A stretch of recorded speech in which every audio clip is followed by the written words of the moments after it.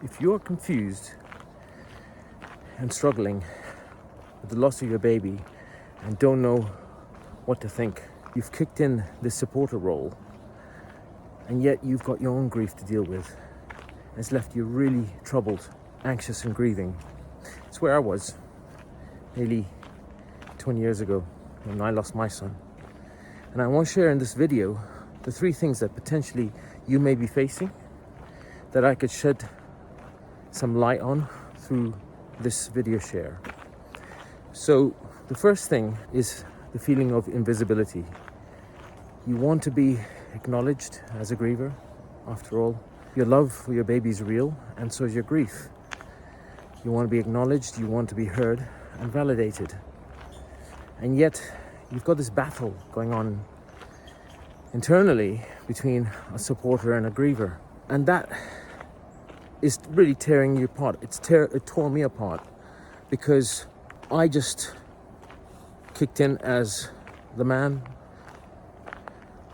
as the guy who is going to manage the grief for the family. Not a thought to myself. Number 2, struggling to find support. Many agencies lean towards the mothers. They support the welfare of the mother, and rightfully so, simply because of the fact that the mother's carried the baby and she's the one who's emotionally connected and lost to it. And that may be the case, but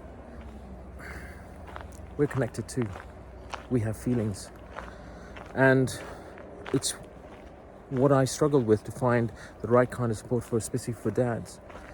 That was 20 years ago. Not much has changed. It's one of the reasons why I'm posting this video and I started this channel. And the third challenge, what I call the invisible challenge, is the grieving styles.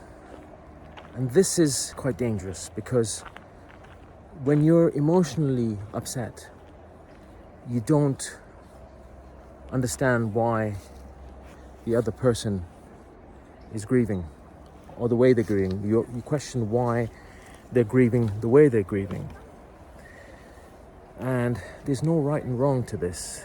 Everyone has their own grieving styles. It's not right and it's not wrong. It's understanding that there is going to be a difference in that grieving style, and my grieving style is my way and her grieving style is her way.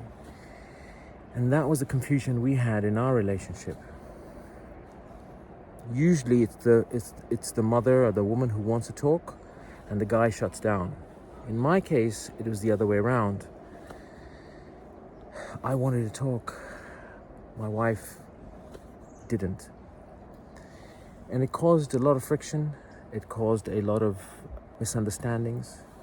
And the relationship was under a lot of stress.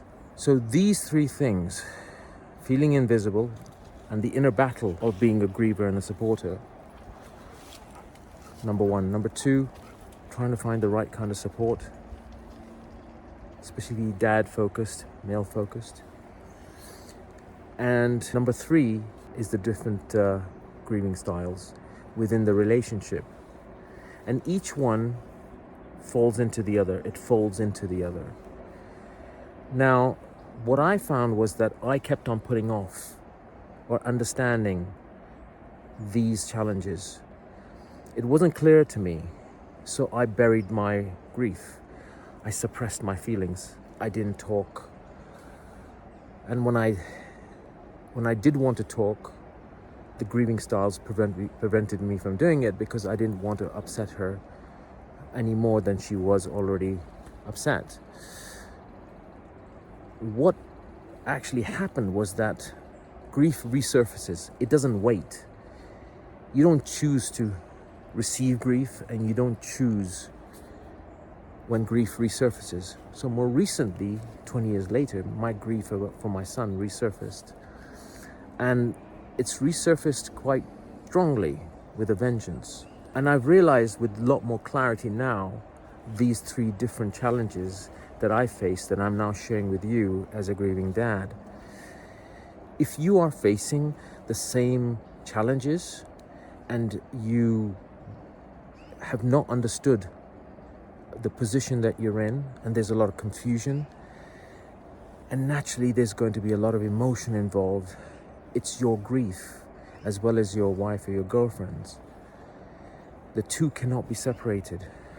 What I'd like you to do, if you want, is to subscribe to the channel and join me, and drop a thumbs up in the comments that you agree with what I'm saying, and not so much agree with what I'm saying, but have experienced what I've experienced. And I hope to see you on the next video. Take care.